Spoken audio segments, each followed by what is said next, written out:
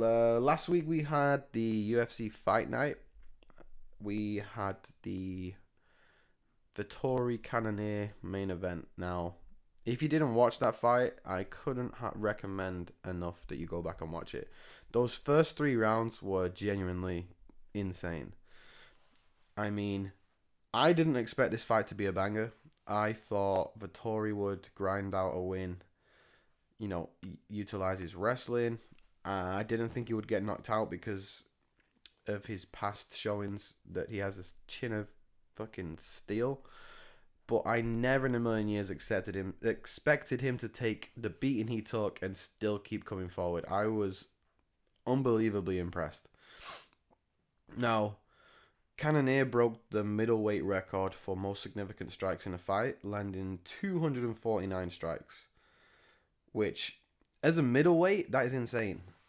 These fights usually with the bigger boys, they kind of start off slower, and it was the opposite. Both men was pushing the pace. Vittori rocked Cannonier twice in that opening round, and then if I remember rightly, Cannonier also rocked him in the first. Then in the second round, Cannonier just beat the brakes off him, and potentially a 10-8 round.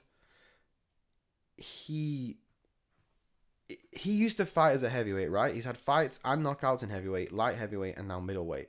So that guy packs power. You've seen some of the knockouts he's had. Remember the ground and pound that he put on Derek Brunson? He was beating the shit out of Vittori with elbows and stuff from the top again. And Vittori just got up like some fucking cyclone and was just still walking forward looking to fight. I mean, I couldn't believe it. And I mean, what a performance from Cannonier as well. The output that he put in to beat someone like Vittori after Vittori, he's put a couple of he had a good win over an up and comer after his loss to Whitaker.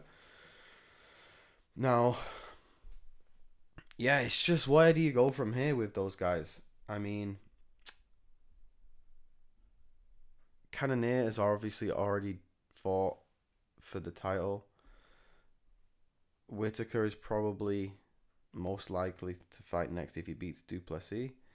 It's just the whole middleweight division is kind of at a crossroads where every top contender has already fought.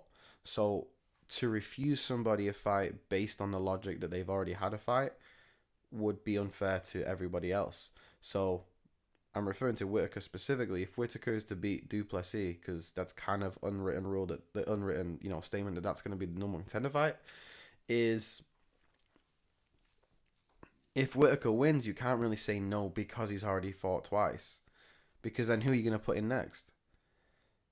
Because the only other contenders, the possible contenders, are people that have already fought. So I believe the winner of Whitaker Duplessis is going to be the number one contender. So, I mean, what a spot for Duplessis, right? If he can get the jump on Whitaker with the whole back and forth they've been having between Duplessis and Adesanya, that would make for a great fight. And it would kind of spice up the middleweight division a little bit, which I think fans would enjoy. Me personally, I'm a huge Whitaker fan. I am biased, I'll admit that. I think Whitaker's going to win, and I want Whitaker to win. But in terms of everyone else, I mean, Cannonier, after that performance against Vittori, it's hard to deny that he's, a fight away from another title shot. And due to this situation that we're in right now in the middleweight division, right, is probably why the UFC are pushing these unknown guys immediately to the top in terms of their fights.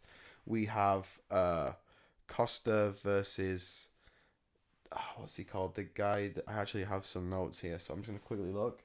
Aliskerov. Yeah, Costa versus Aliskerov. Aliskerov's 1-0 in the UFC. He only fought a couple of weeks back. The guy has only lost one fight, which was to Chimaev. And if I remember rightly, he's a very successful wrestler as well. Didn't get taken down by Chimaev. So they're pushing him immediately. Like, this is faster than they pushed Pereira. Now, it makes sense now why they pushed Pereira so much. Of course, they had the history with Adesanya and Pereira, but, he got fast tracked to the top. It's because of everybody else in the division there's just levels, right? The contenders at the top of the division are way above the contenders in the middle, and they just keep knocking them back down. So it's just like a merry-go-round, and Adesanya is levels above them. So eventually, it's going to get boring. The promotions are going to get harder to promote the fight and stuff. So now they need some fresh blood. So if Aleksarov can get the jump on Costa, he's immediately one fight away from a title shot, right? Another fight that's interesting is the fight that takes place next week, I believe, which is Strickland versus Magomedov. Magomedov is also 1-0 in the UFC. He got that, like, was it 19-second head kick KO or something? Again, Strickland has never fought for the title. He was looking close, but until his fight with Pereira, he's had a couple of wins under his belt since then. If I remember right, he had a win, or he had a fight at least at light heavyweight. I should have done a little bit more research, but yeah, the winner of that could potentially find themselves one fight away from the middleweight title shot. So what I personally believe is going to happen is the winner of those two fights could see themselves, one of the winners of those two fights could see themselves in there with Cannonier as, you know, an eliminator. The winner of Duplessis Whitaker fights Adesanya, and then the winner of whomever wins that will fight the winner of, yeah, what I just said. So I think there's kind of a plan now going forward to get some fresh faces in there. There's a big opportunity for middleweights that haven't fought for a title, that are kind of on the way up. They should be making a bit more noise, I think. But yeah, some interesting fights coming up. A lot of action in that division. Yeah, I mean, fucking Vettori's got a chin made of granite. Just looking at my notes, I just reminded myself, he's absorbed over 1,000 significant strikes without ever being dropped or knocked out. Now think about it. At middleweight, think of the people he's fought. Adesanya, Cannonier, Whitaker. He's fought some big hitters. Never dropped, never knocked out.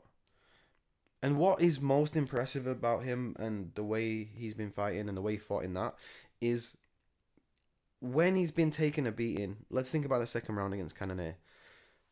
The mentality that you have to have after being beaten so bad to just go out into the next round and just act as if that didn't happen, walking forward.